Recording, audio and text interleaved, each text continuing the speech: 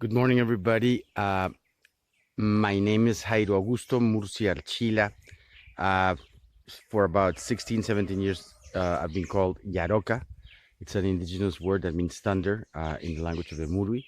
It's a group of, it's an ethnic group that lives original territory, whose original territory is between the Putumayo and the Caquetá in Colombia.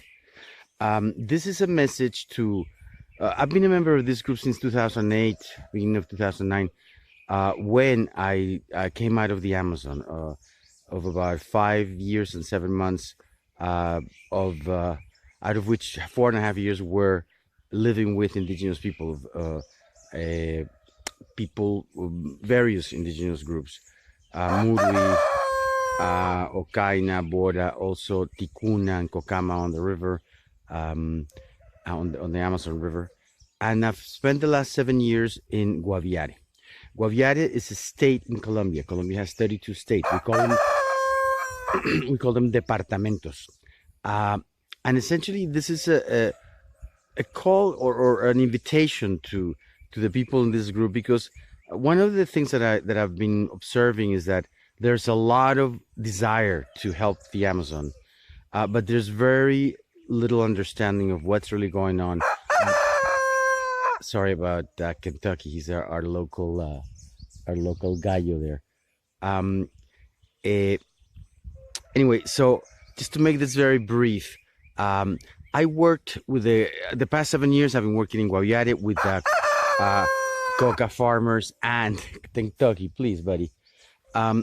With coca farmers and indigenous people. From 2014 to 2015, I worked with the Carijona people on the Vaupés River as their representative agent for the safeguard of the language and the Carijona culture. In that year, which was a year of hard work without any money, with relying on friends, anthropologists from other working in other countries, people who I know, a lot of a Swiss friend who had a hostel in Bogota and allowed me to stay there, accruing a debt which is still pending. We managed something important. We managed a sentence from the Constitutional Court of Colombia that gives the Carijona people ethno reparation for the aspersion of glyphosate in the absence of a previous consultation. Previous consultation is it's a constitutional right that indigenous people and other minorities have in Colombia. And that means that anytime that their territory is being affected in any kind of way, it needs to be consulted with them in order to see possible affectations to their life, to their culture, to their well-being, and be able to prevent them or minimize them or repair them. So a ethno reparation to the Carijona came because of 20 years of getting fumigated. Yeah. In 2003, a decision from the High Court came that obligates the government to do a previous consultation in any type of eradication, manual, aspersion, voluntary or not voluntary. What we have found is that since about July 3rd, when we got the documents, I've been lobbying for these documents since January, February 2019. We finally got him through the Procuraduría General, which is a watchdog for officials, Colombian officials. And we found that in 14 states, the same thing happened. The previous consultations that took place are not genuine, are not really, or the documentation that they provide. We still have to do the field work to get the testimony of hundreds of communities, of dozens of ethnic groups in 14 departamentos of Colombia who have been fumigated without being consulted since 2003. Now, this obeys to, in my opinion, this obeys to possible corruption, because in Colombia, any time that a governor or a mayor, especially in the territories, signs up any kind of compromises or commits any kind of public funds to a project, he gets a cut. 10% is kind of like the culturally accepted amount. And this goes to the military too. My father, Jesus Murcia, who, may he rest in peace, when he had a company, when he was alive, he had a company in Miami who did avionics work. And he told me that whenever he did work with the Colombian Air Force, he would have to pay a general and a couple of colonels to get the contract through. That was like a requisite, yeah? So my feeling is that with anti-narcotics police, we're looking at the same situation, yeah? Colombia is a highly corrupt environment.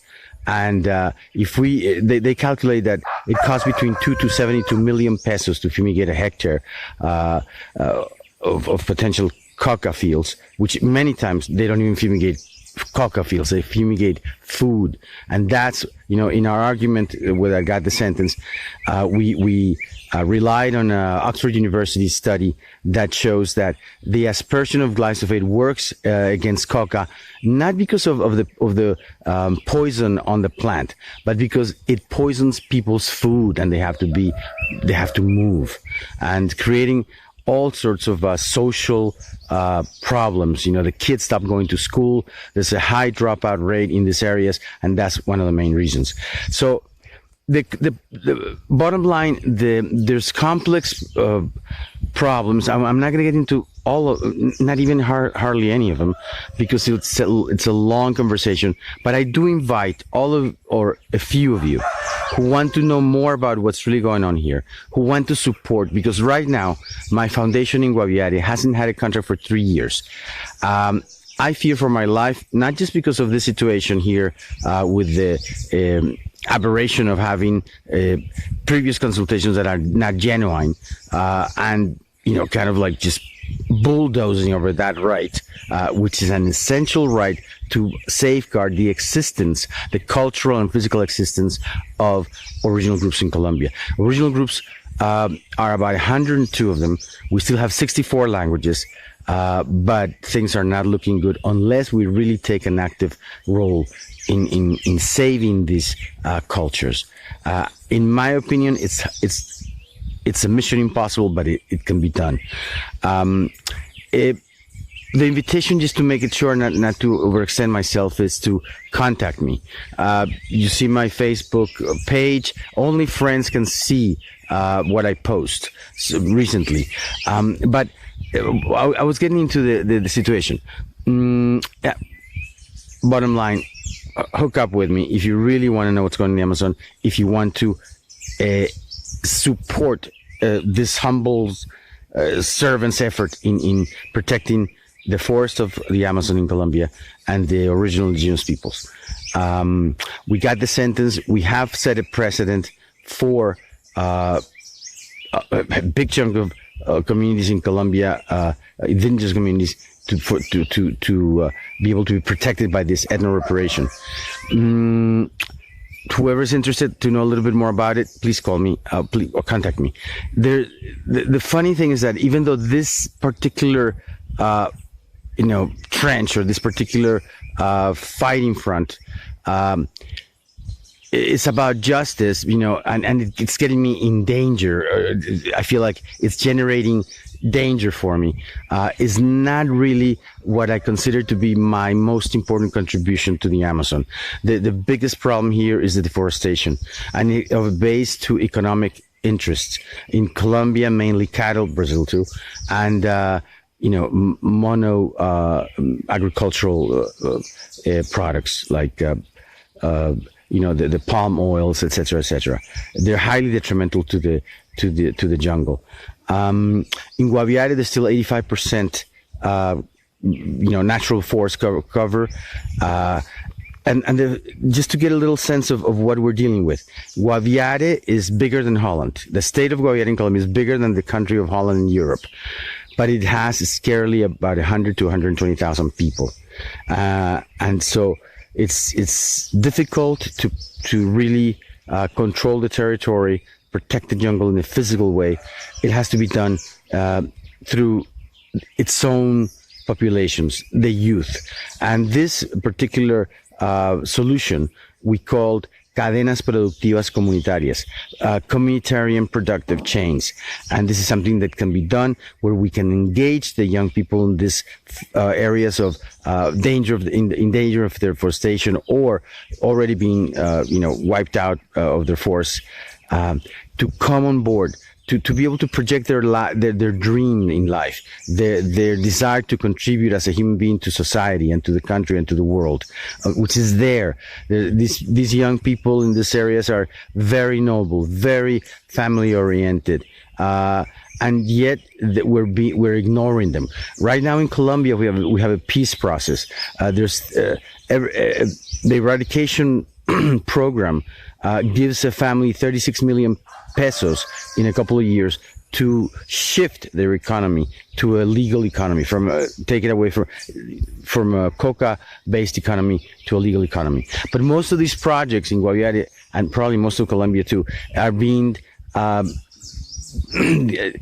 projected to cattle, and cultivos tradicionales, traditional crops, which is a big mistake. We need to use this money, this peace money, to engage our youth, to get them to stay in their territory, living their lives fully, and that Cadenas Productivas Comunitarias provides for that.